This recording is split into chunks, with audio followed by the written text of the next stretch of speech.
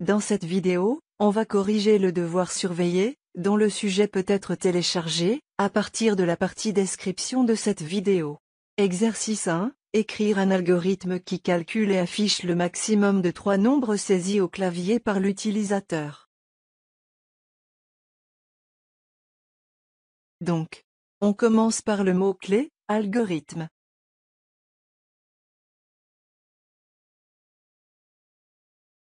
On lui donne un nom de notre choix. Par exemple maximum. Ici, on va entrer 3 valeurs réelles. Donc il faut les déclarer.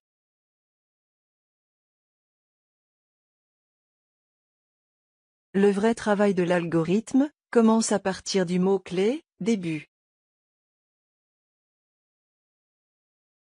Puisque les 3 valeurs réelles seront données par l'utilisateur, on va faire une lecture pour les 3 valeurs. Lire, A.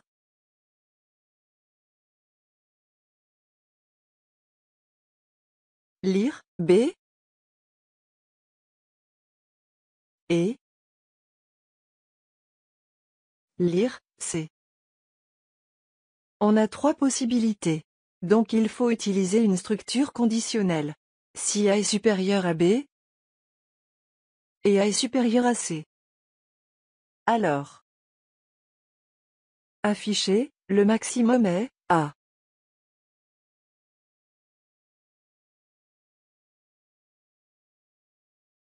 Sinon, il nous reste 2 possibilités. Donc il faut à nouveau utiliser une structure conditionnelle. C'est une structure conditionnelle imbriquée dans la partie sinon de la première. Si B est supérieur à A et B est supérieur à C, alors, afficher, le maximum est B.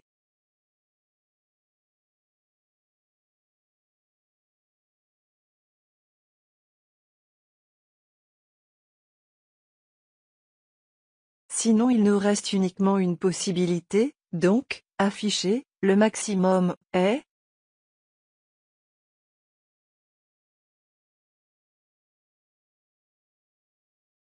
C. On ferme les deux si.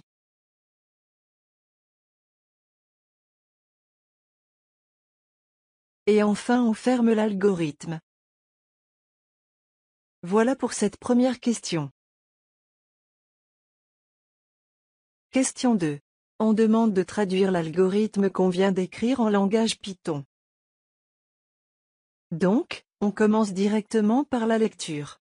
Puisqu'il s'agit de 3 nombres réels saisis au clavier. On va utiliser la fonction input, pour la saisie et la fonction float pour convertir la valeur donnée par l'utilisateur en nombre réel. On va faire ça pour A, pour B, et pour C.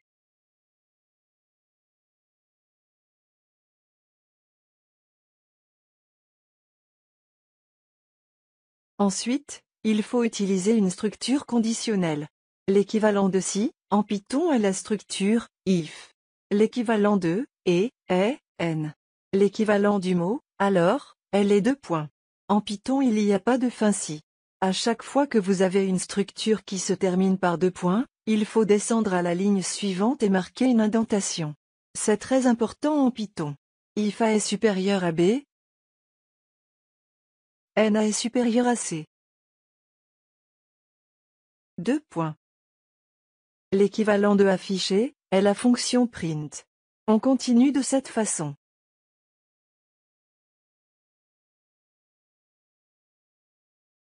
L'équivalent de sinon est else. On met 2 points et on fait un retour à la ligne et une indentation. On utilise donc une autre structure if.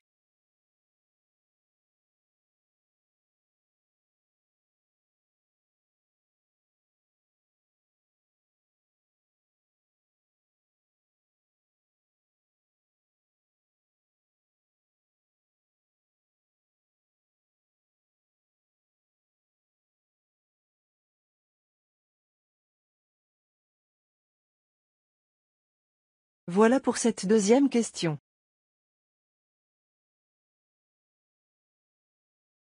Exercice 2.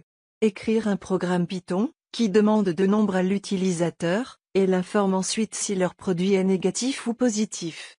Attention, toutefois, on ne doit pas calculer le produit des deux nombres. On commence par demander à l'utilisateur deux nombres réels qu'on va stocker dans deux variables A et B. A égale float de input, donner un réel. Puis, B égale float de input, donner un autre réel. Le produit est positif dans deux cas. Soit A et B sont positifs, soit les deux sont négatifs. Donc, if A est supérieur à 0, et B est supérieur à 0. Ou, A est inférieur à 0, et B est inférieur à 0. 2 points. Une indentation. Print, le produit est positif.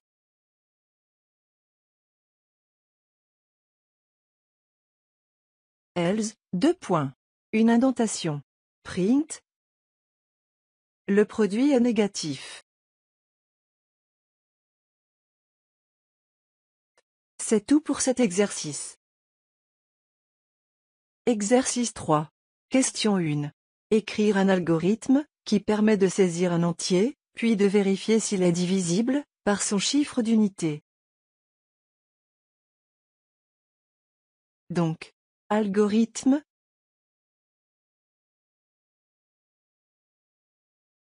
Division. On va avoir besoin de deux entiers. Un qui sera donné par l'utilisateur. Et un autre qui contiendra le chiffre d'unité. Donc on déclare deux entiers, x et u. On demande à l'utilisateur par lecture de saisir l'entier x. On calcule le chiffre des unités de x par l'opérateur modulo.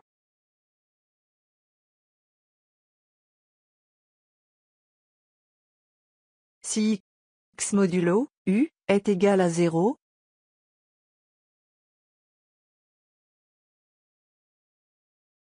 alors afficher x est divisible par son chiffre des unités.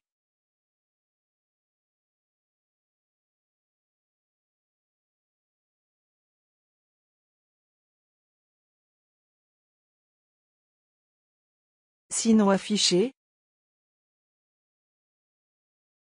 x n'est pas divisible par son chiffre des unités.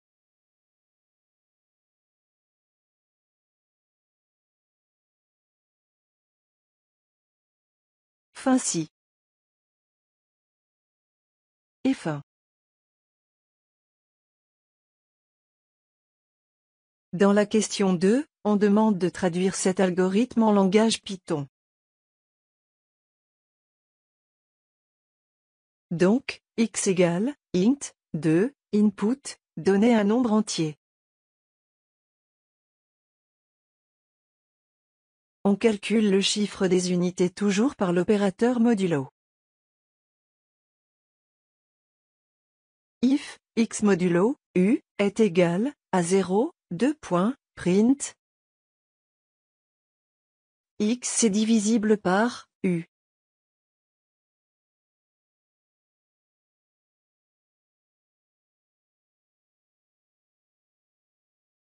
Else, 2 points, x n'est pas divisible par u.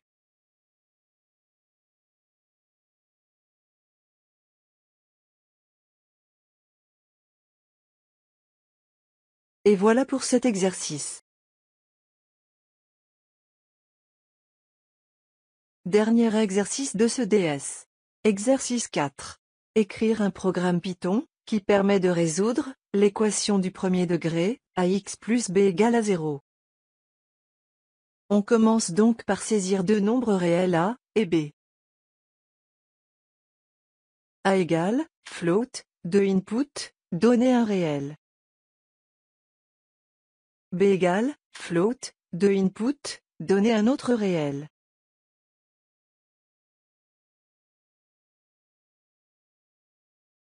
Commençons par le cas de a égale à 0. if a égale à 0, 2 points. On fait l'indentation.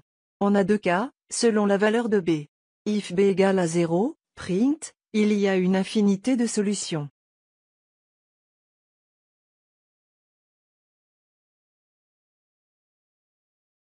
Else.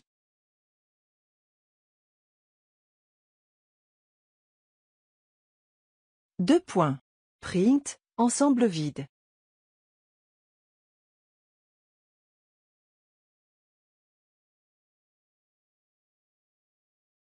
Else, c'est-à-dire que A est différent de 0.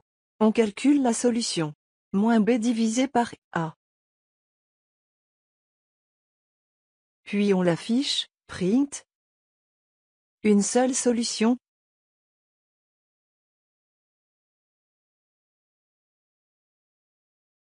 X. Voilà pour ce DS. Je vous donne rendez-vous à de prochains DS, d'ici là, portez-vous bien.